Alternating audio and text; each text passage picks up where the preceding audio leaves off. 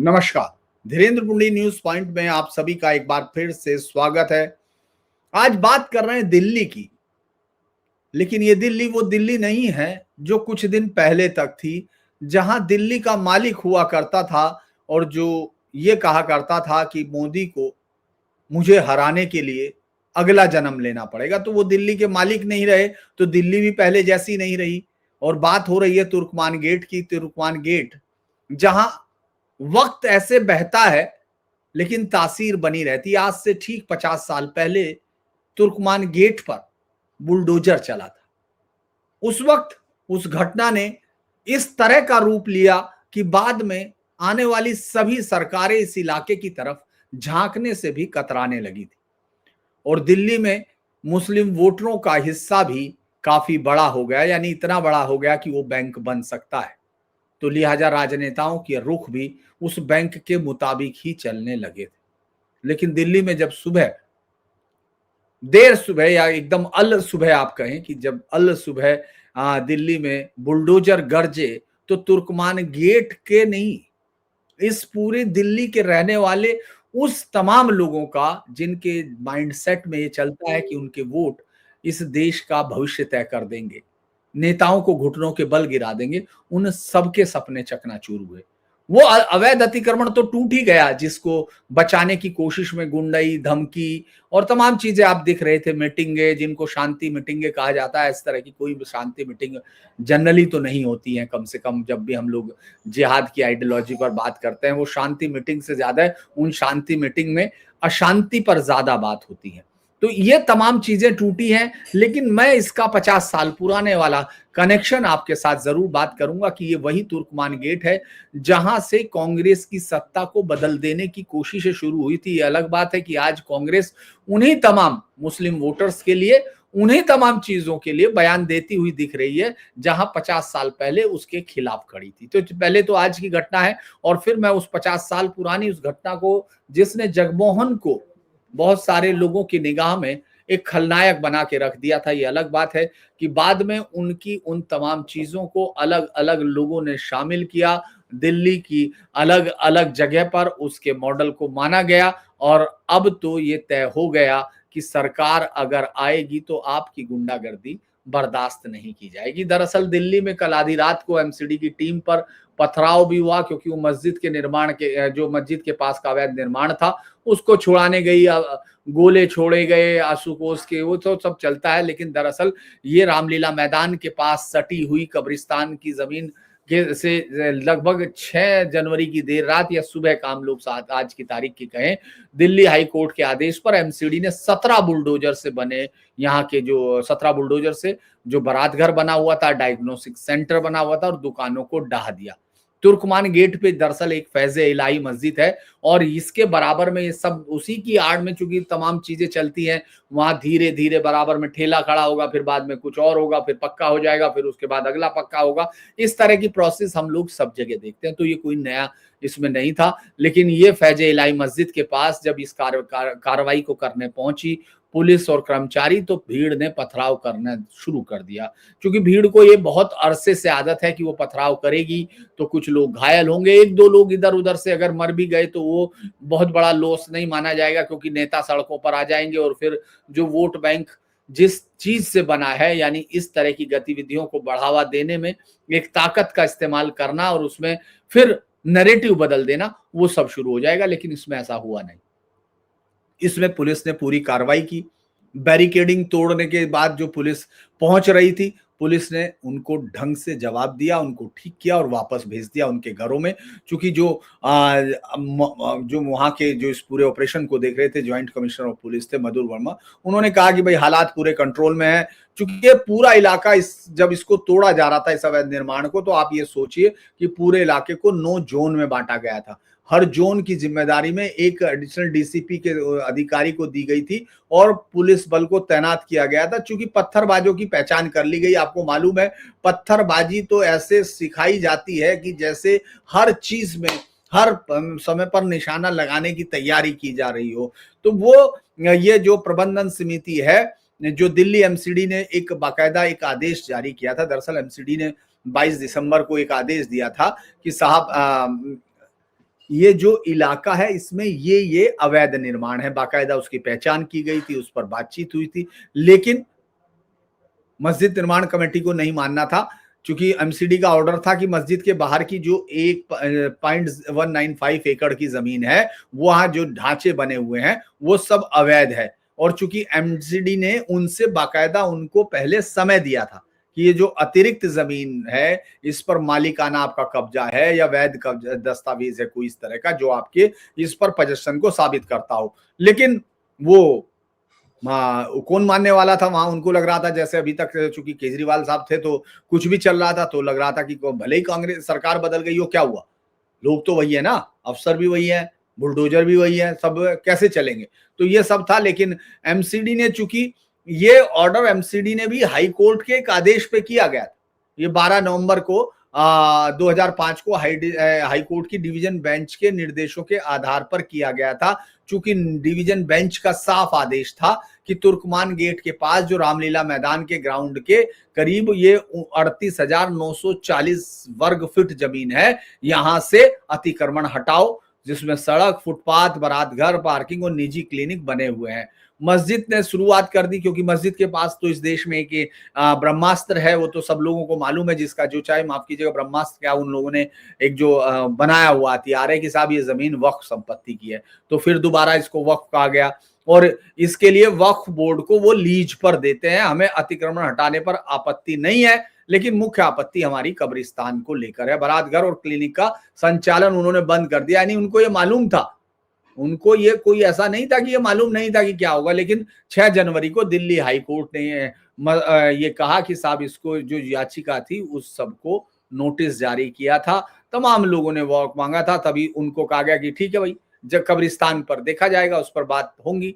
High court से notice जारी हुआ था, लेकिन जो उससे पहले का इलाका क्लियर करना था वो उन्होंने पूरा क्लियर कर दिया, उन्होंने उसको साफ कर दिया जो बचा हुआ था। तो जो लंबे समय से तुर्कमान गेट पर ये जो फैजे इलाही के इलाके के आसपास का विवाद था वो सब खत्म हो गया, क्योंकि वो तो सब खत्म होगी, वो जो सारी जो लैंड थी वो सब तो अब वहां साफ कर दिया गया, मलबा भी हटा दिया गया। अब इसी संदर्भ में जो है बहस होती रहेगी कि ये मालिकाना व्यक्तित्व था या नहीं था, इसमें ये पूरा का पूरा जो ये दिखा, हम लोगों ने जो देखा बुलडोजर का चलना, ये एक अलग नैरेटिव को बताता है। ये बताता है कि ये इलाका मेरा है। ये जो मेंटेलिटी थी एक समाज की, जिसने ये मानने से इनकार कर दिया कि कानून क्या है, मेरा सरिया जो मुझे कहता है, जो मेरी किताब मुझे कहती है, मैं उसके अलावा कुछ सुनूंगा नहीं। ये जो मानने की प्रवृत्ति थी, जो सबसे पहले पूरे देश में घर करती जा रही थी, अब धीरे धीरे अलग अलग जगह पर होती जा रही है। कि आपको ये समझना पड़ेगा कि देश में कानून है, ये एक देश है और इस देश में कानून चलता है और कानून सबको बराबर का हक देता है। अगर आप इकट्ठे होके गुंडाई करके या डंडे पत्थर इन सब को इकट्ठे करके कर देंगे तो इससे कोई बहुत कुछ हासिल आपको नहीं हो सकता। ये सीधे तौर पर बताया जा रहा है। ये इसको समझने की जरूरत थी, क्योंकि ये सालों से यहाँ अवैध निर्माण की इस पूरे इलाके में समस्या रही।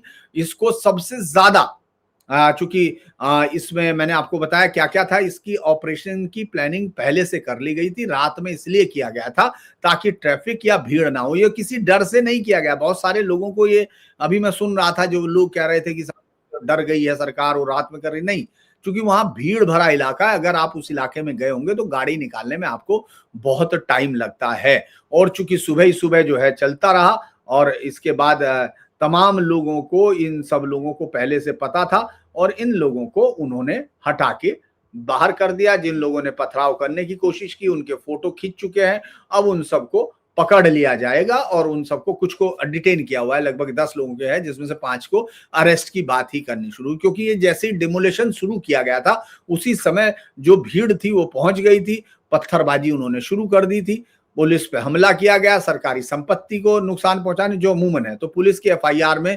221 है, 132 है और 121 है और 19 से 1-2 ये तमाम छोटी छोटी धाराएं भी है, लेकिन बड़ी धाराएं भी बहुत हैं। ड्रोन फुटेज का इस्तेमाल पुलिस कर रही है। दरअसल अब वो बार बार ये समझ नहीं पा रहे हैं कि अब पुलिस आपकी हर एक हरकत को जान चुकी है। अब वो जानती है कि आप क्या करोगे। ये भी वो जानती है कि अब आप इसको इसके बाद आपका एक्शन क्या होगा, क्योंकि वो जानती है पहले आप कोर्ट जाओगे, फिर कोर्ट के बाद जब कोर्ट खारिज हो जाएगा तो अब आप उसमें ह्यूमन एंगल लाना शुरू करोगे, जब ह्यूमन एंगल खत्म हो जाएंगे तो फिर आप पथराव शुरू कर देंगे। ये लगातार लगता है। और इसमें कम्युनल कि साहब आपको मालूम है वो तुरंत ये सबसे पहला हल्ला मचाते हैं कि साहब ये मुस्लिमों को टारगेट किया जा रहा है। ये टारगेट किसी को नहीं किया जा रहा, ये कानून का पालन किया जा रहा है। क्योंकि बहुत दिनों से दिल्ली में कानून जो है जूती बन चुका था वोट बैंक की। वो जब मन करते थे जैसे चाहे उसको सिर पे बजा सकते थे बहुसंख्यकों के और उसका इस्तेमाल करते थे। अब ये चूंकि लग रहा है कि वहां कानून अपना काम कर रहा है और लॉ एनफोर्समेंट को उसी तरह से लागू किया जाएगा। अगर मैं इसको ये बताऊं कि आखिर ये कहानी अभी की नहीं है, मैं तुर्कमान गेट की कहानी क्यों बता रहा हूं, क्योंकि तुर्कमान गेट की कहानी इमरजेंसी के समय शुरू होती है। क्योंकि तुर्कमान यानी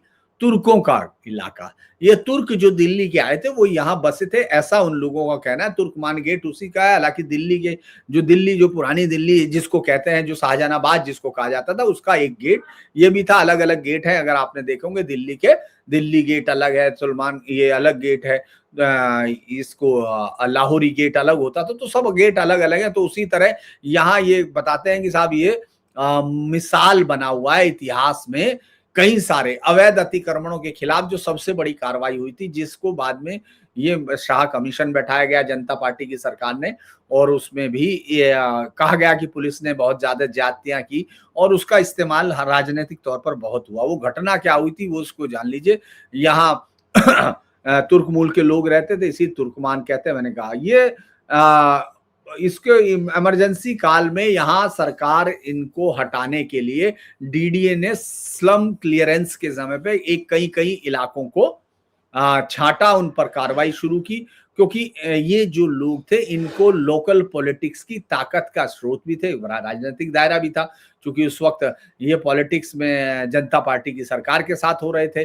75 में इमरजेंसी लग चुकी थी, तो संजय गांधी का दौर आ चुका था। तो वहां ये जो कार्रवाई चलने शुरू हुई, वहां मालूम है आपको संजय गांधी ने कई सारे प्रोग्राम किए थे, लेकिन उनमें सबसे बड़ा फैमिली प्लानिंग था, जिसको ये कहा जाता है कि वो जबरन नसबंदियां हुई थी। ये अलग अलग जगह पर, इस पर मैंने एक अलग से वीडियो बनाया था, आप उसको कभी देखना चाहेंगे तो आप उसको इमरजेंसी के समय पर देख सकते हैं। वो बहुत ही कम लोगों ने देखा था, लेकिन वो बहुत ही रिसर्च के साथ तैयार किया गया एक इमरजेंसी का वीडियो था, आप उसको जाके देख सकते हैं। दरअसल फिर यहाँ दिल्ली को साफ सुथरा बनाना था, स्लम क्लियरेंस करना था। इसके लिए तुर्कमान जैसा गेट जैसा इलाका सबसे ज्यादा मुफीद उनको लगा था, क्योंकि यहाँ से लोगों को अलग अलग जगह बसाने के लिए बाकायदा तैयारी की गई थी। ऐसे नहीं कि सीधे जाके कर दिया हो। त्रिलोकपुरी, नंद नगरी, इनमें सब में ये सब सेट करने के लिए कहा गया कि इन सबको अलग अलग जगह पर बसाया जाएगा। चूंकि तुर्कमान गेट पे बहुत भारी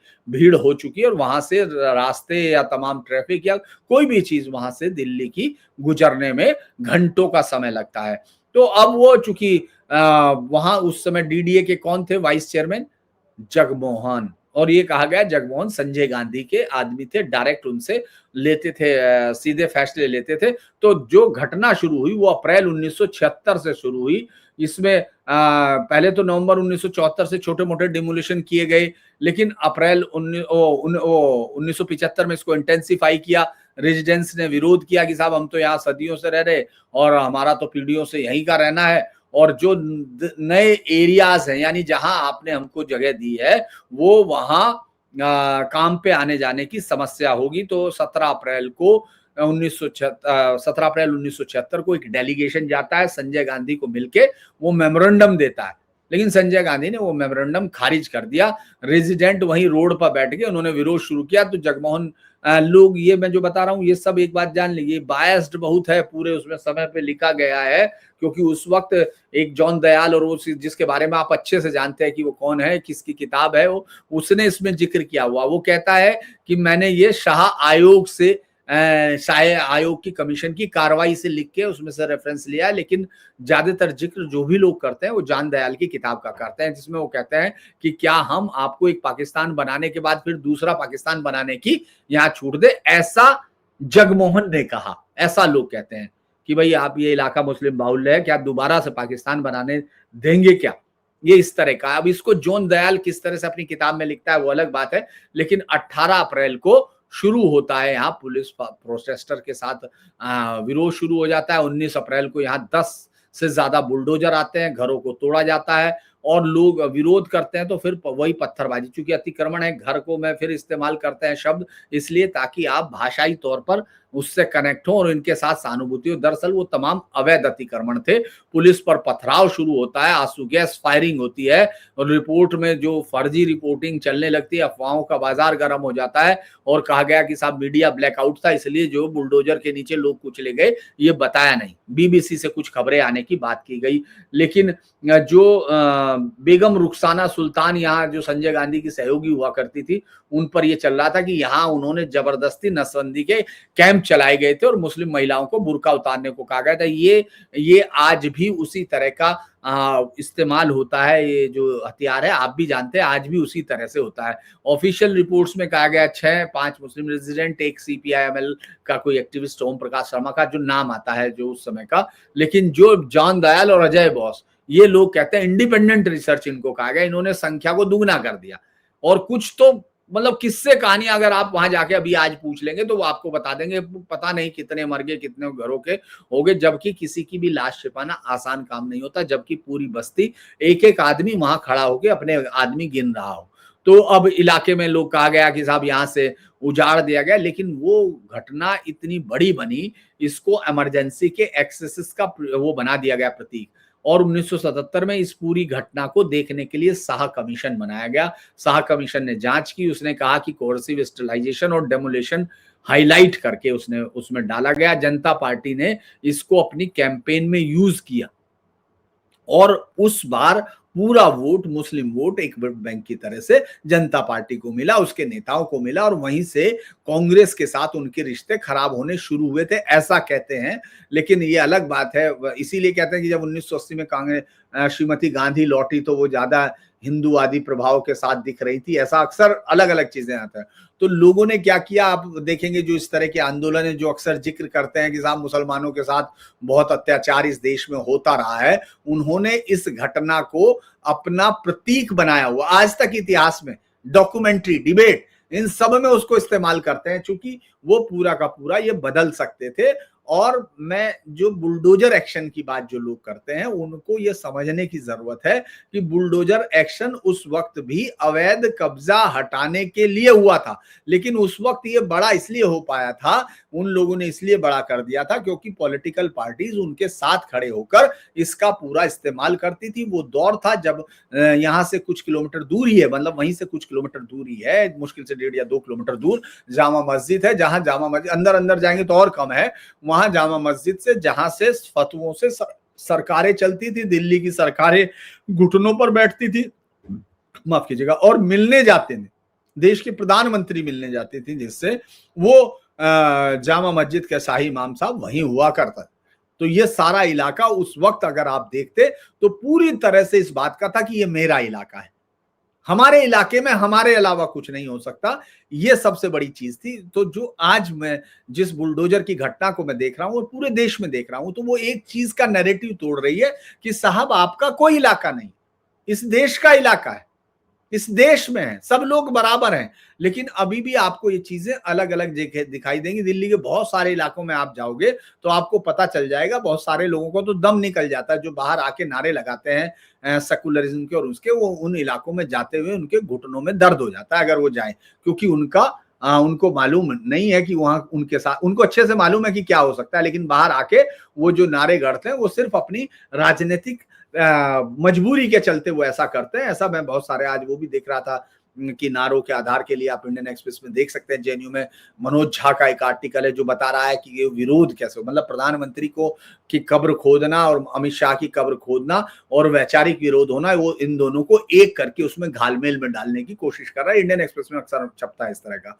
तो उसने कहा, जो कोट था वो ये था कि हम पाकिस्तान लेकर हम पागल हैं, पाकिस्तान को तोड़कर दूसरा पाकिस्तान बन जाने दे, मतलब एक पहले बन चुका ये है। ये जगमोहन के नाम से किया था, तो मैंने इसको ट्राई किया था कि वो कहीं से निकले कोट वोट, और लोग ये कहते हैं कि 1976 में जो प्रतिनिधिमंडल जैसे मैंने बताया था उसको बताया गया था, लेकिन जो मुख्य सोर्सेज है फोर